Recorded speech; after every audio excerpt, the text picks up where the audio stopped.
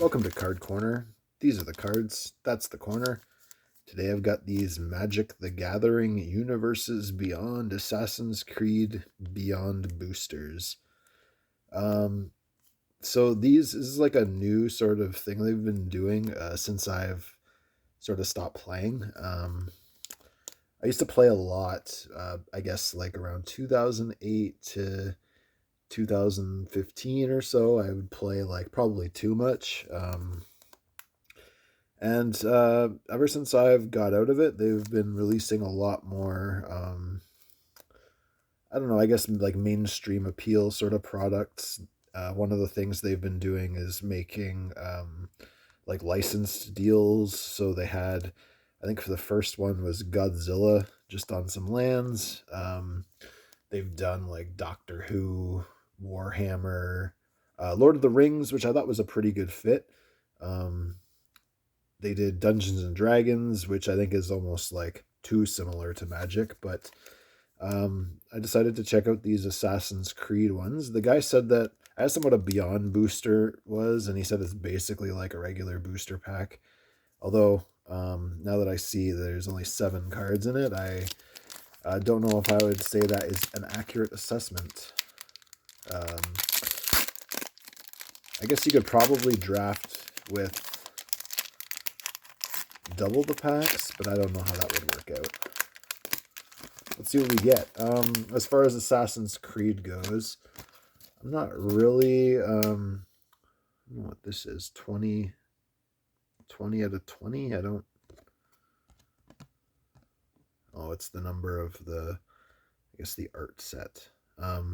So as far as Assassin's Creed goes, I didn't really get into it much until the 4th one, which was basically the only one I've played. That's like the pirate one. I tried to get into the first few and didn't really click with me, and I hear they have been turning it into like an 80-hour affair. So I just think that's sort of too much for a video game. So I'll probably not be doing too much Assassin's Creed in the future. I don't know if there's like if they I don't remember any of the characters really, so we'll see if any of them show up here. First we have Brotherhood Regalia. Looks like it gives a creature ward 2 and makes it an assassin. And it can't be blocked. So a little equipment there. Make your guys unblockable. Here is a reconnaissance. Remove target attacking creature you control from combat and untap it. So this doesn't seem like that good of a card, but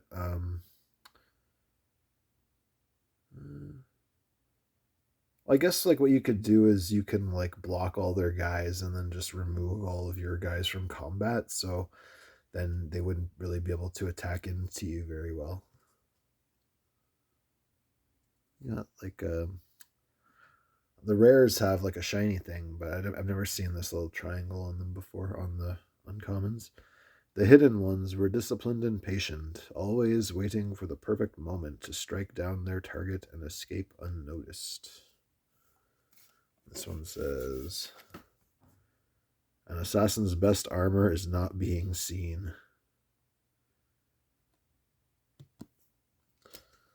Because then they don't know to hit you. All right, here we have Propaganda. This is actually a reprint of a card that I had an Uncommons cube, and Propaganda was in it. It's like, it can be like super oppressive if they have like a lot of little guys, but then if they've got like just one big guy, usually doesn't really help you too much. All right, we get a full art plains. That's kind of cool. It looks like it is like a, desert city from one of the first games. That sort of environment. All right, it looks like we got our first rare. It is Evie Fry, or Evie Fry, I'm not sure. You can partner her with Jacob Fry. Choose the battlefield. Target player may put Jacob into their hand from their library, then shuffle. So you get to like pull a whole other guy out of your library. Um, I'd say that's probably sort of like pretty indicative of like where I am with Magic now, is that they've just sort of like made it so complicated that like it's just a lot to like keep up with what's going on the board state compared to when I was drafting years and years ago. You can also use it to draw a card and discard a card. When you discard a creature, target creature you control can't be blocked, so you can make stuff unblockable. If you start discarding creatures, that's pretty decent. All right, and we got a foil. It is Ezio Brash Novice. Like, this is an uncommon legendary creature. I feel like that, like, Magic's strong suit is not in its like original characters, and they've just sort of like exploded it into so many. It was kind of cool when they had like a few in a set, or like 5 to 10 maybe, but it feels like now in like every set they've got like dozens of these like uncommon level legendary creatures, which I know they're trying to pump Commander a bit. They're one of their, since they started making that a product. But I don't know. I kind of just like it where you, as the planeswalker, are the main character. This sort of takes away from that, in my opinion. Just like you should just be like summoning like random creatures, you know. Whenever Ezio Brash Novice attacks, put a 1/1 counter on it, and then as long as it has 2 or more counters on it, it has first strike and is an assassin. That seems okay. Like, maybe it's sort of difficult to get it going, um, but it can definitely get out of hand. And having first strike is definitely big and limited. Although I'm not going to put this in my cube. And then our last one is Alexios Demios of Cosmos, another legendary creature at uncommon. It's got a, when I played, they never had any of these like border defying creatures. They do that. They seem to do that a lot now. So he's a 4 mana 4/4 with trample, and he attacks each combat if able. He can't be sacrificed, and he can't attack his owner. And at the beginning of each player's upkeep, that player gains control, untaps it, and puts a 1/1 counter on it, and gains haste. So, yeah, basically like builds up. But if you're just one-on-one, then they can't attack you with it. But if you're in multiplayer, then they can attack other people. So looks like another sort of commander-focused thing. All right, pack number 2.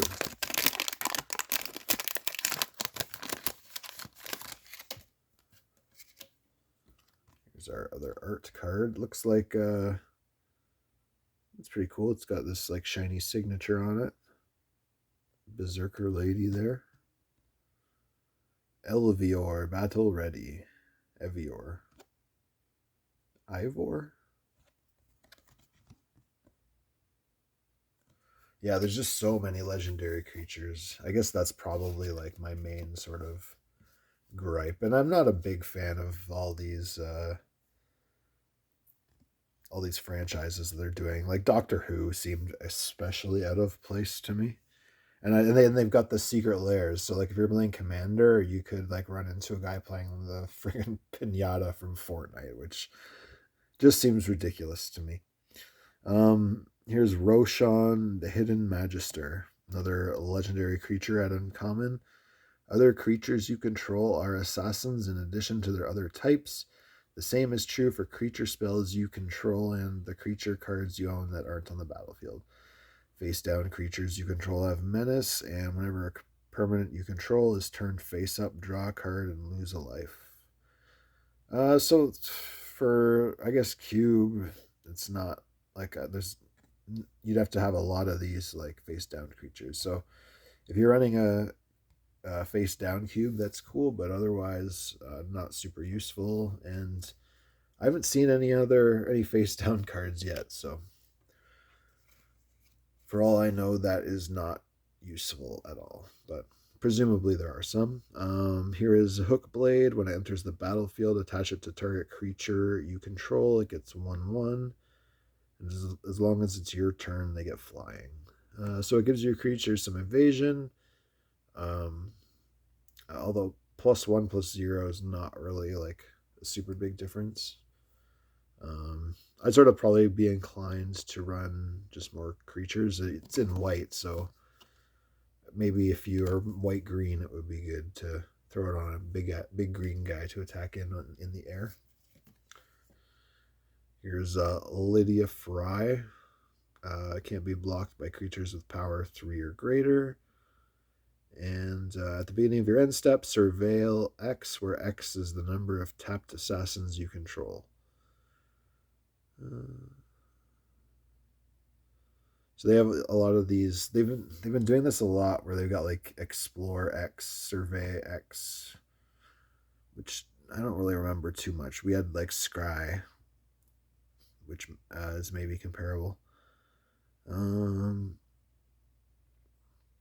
So you get to look at the top cards of your library and put any number of them into the graveyard or the top of your library. So you're kind of like sorting through cards to try to get your good ones.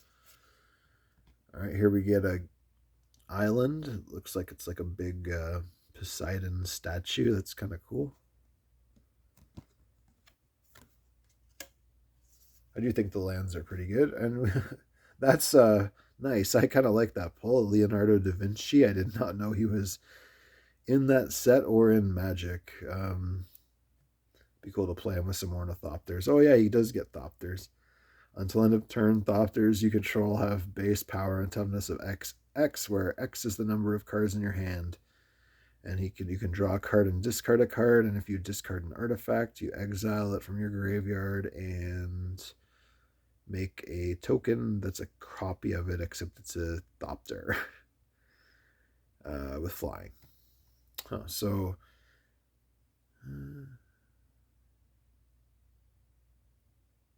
yeah, so you can make some of your artifacts into O2s. It's very that's a very complicated ability. Although I guess if I played it a few times, I'd probably understand it a bit better.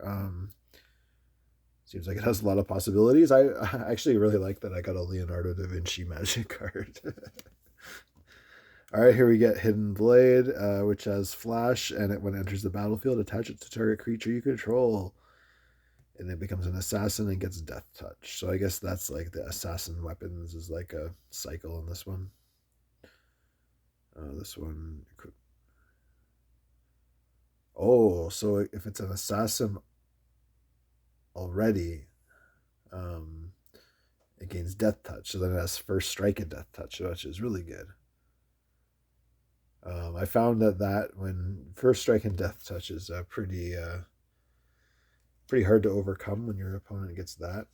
And our last card is Adewale, the Breaker of Chains. When Adewale, I'm not sure how to say that, enters the battlefield, reveal the top 6 cards of your library, put an assassin, pirate, or vehicle card from among them into your hand and the rest on the bottom of your library in a random order. Whenever a vehicle you control deals combat damage to a player, you may return Adewale from your graveyard to your hand.